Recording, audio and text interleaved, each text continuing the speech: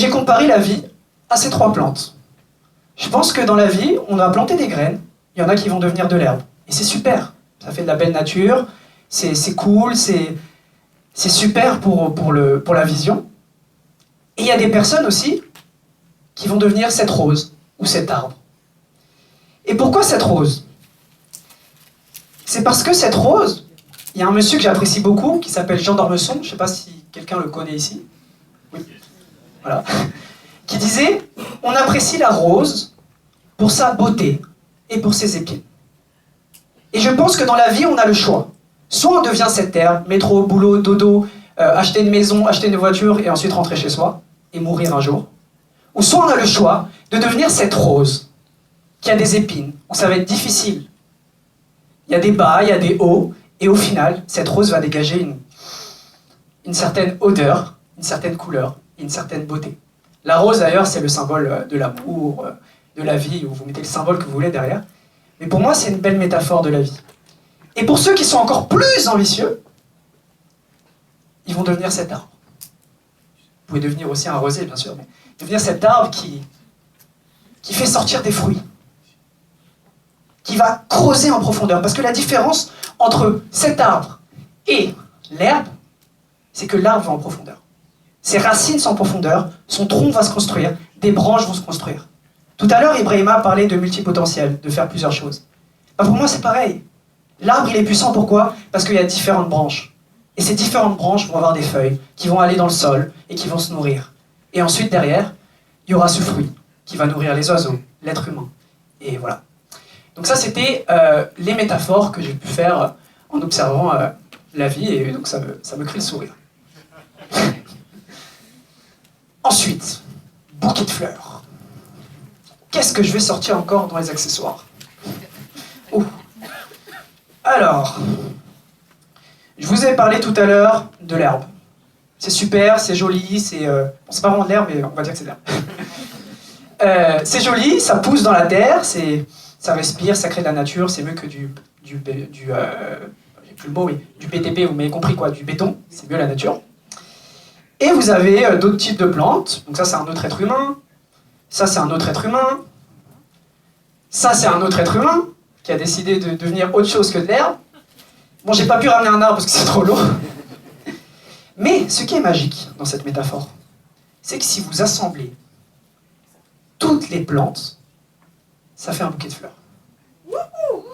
Et ça, c'est puissant. La métaphore derrière, c'est l'union fait la force. Mais vous la connaissez déjà.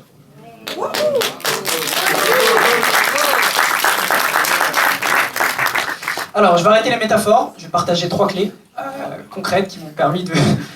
Désolé, je passe d'un sujet triste de la mort à quelque chose maintenant, 3 clés, développement personnel. Voilà. Donc 3 clés qui m'ont permis de grandir et d'évoluer et de faire plein de choses aujourd'hui. Première clé. Le temps. Oui, le temps. On entend souvent, j'ai pas envie de perdre mon temps. Je consacre du temps pour un rendez-vous, pour 15 heures de formation, pour une école, pour 5 ans d'études. Mais c'est pas du temps que vous donnez.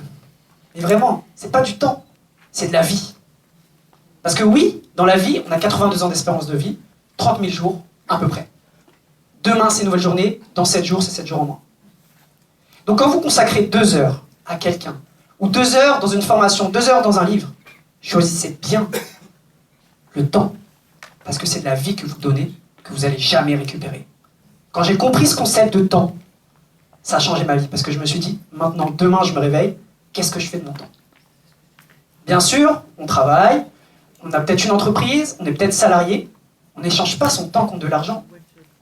On échange sa vie contre de l'argent. Et ça, faut prendre conscience. Alors ça, c'était une première clé. Le temps est indispensable. C'est vraiment, retenez ça. On le sait tous, hein. Tout ce que je vais dire, on le sait tous.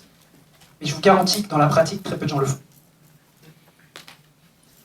Deuxième clé. Question. Est-ce que si demain, vous mourrez, ou après-demain, ou dans 1 an, 2 ans, 10 ans, 20 ans, 30 ans, 40 ans, 50 ans, 60 ans, 70 ans, 80 ans, est-ce que vous êtes heureux? Est-ce que vous allez avoir le sourire? Vous dire, j'ai vécu une belle vie. Oui ou non? Ok. c'est super. Donc faut développer ce oui encore plus profond. Est-ce que vous êtes heureux? Oui. Ok, parfait. Pourquoi j'ai mis ça? C'est parce que voilà, donc il y a le petit sourire, faut être heureux dans sa vie, et surtout la to-do list. Tout le monde connaît la to-do list, développement personnel, c'est super.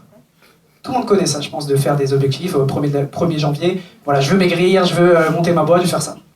C'est super d'écrire ça. Mais il faut faire. Il faut faire. Et moi, ce que je fais aujourd'hui, je ne vais pas vous parler de la to-do list, faire des objectifs, vous pouvez mettre 100 objectifs, 200, comme vous voulez. Vous avez vos objectifs. Peut-être premier objectif, aller dans tel musée. Deuxième objectif, peut-être acheter un jet. Troisième objectif, peut-être faire des enfants. Bon, il y a des objectifs qu'on ne peut pas réaliser en un jour. Par contre, vous avez des petits objectifs. Pour vivre une vie heureuse, et pour être accompli si demain vous mourrez, c'est de réaliser les plus petits objectifs que vous avez dans votre liste, que ça soit aller au musée, faire du parachute ou je sais pas.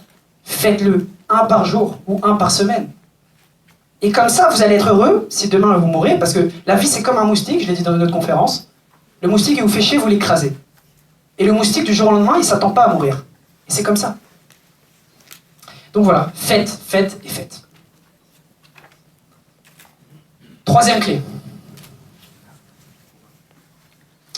Vous êtes le roi. Vous êtes le roi, pourquoi? Ou la reine, bien sûr. Ou la princesse, ou le prince. Parce que personne sera là le dernier jour de votre vie. S'il y aura peut-être vos proches, vos amis, des collègues, mais au fond de vous, vous êtes tout seul. Vous êtes né tout nu, vous finirez tout nu. Vous êtes né seul, vous finirez seul. Et c'est comme ça. Et je parle pas de l'après, là je parle de choses concrètes. Et pourquoi vous êtes roi? C'est parce que vous pouvez faire ce que vous voulez. Faire ce que vous voulez, c'est de dire pas de limite. Le nombre de fois où on m'a critiqué, où on m'a dit « Yann, qu'est-ce que tu fous à 22 ans sur scène? Qui va t'écouter? Qui va t'inviter dans des événements ?» Ou « Qu'est-ce que tu fous à faire des vidéos sur Internet? T'es pas connu? Ou qu'est-ce que tu fous à rencontrer des gens ?» Ça, c'est des gens qui ont essayé de me rabaisser. Et pourquoi vous êtes roi?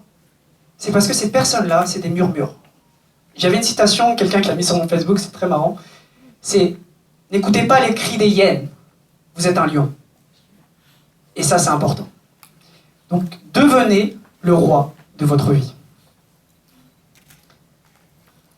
Et si je pouvais terminer sur quelque chose de très important et qu'il est indispensable, dès ce soir, s'il y a quelque chose à retenir, dès ce soir ou dès demain, c'est de faire. Parce que dire, ça fait rire. Faire, ça fait taire. Merci à vous.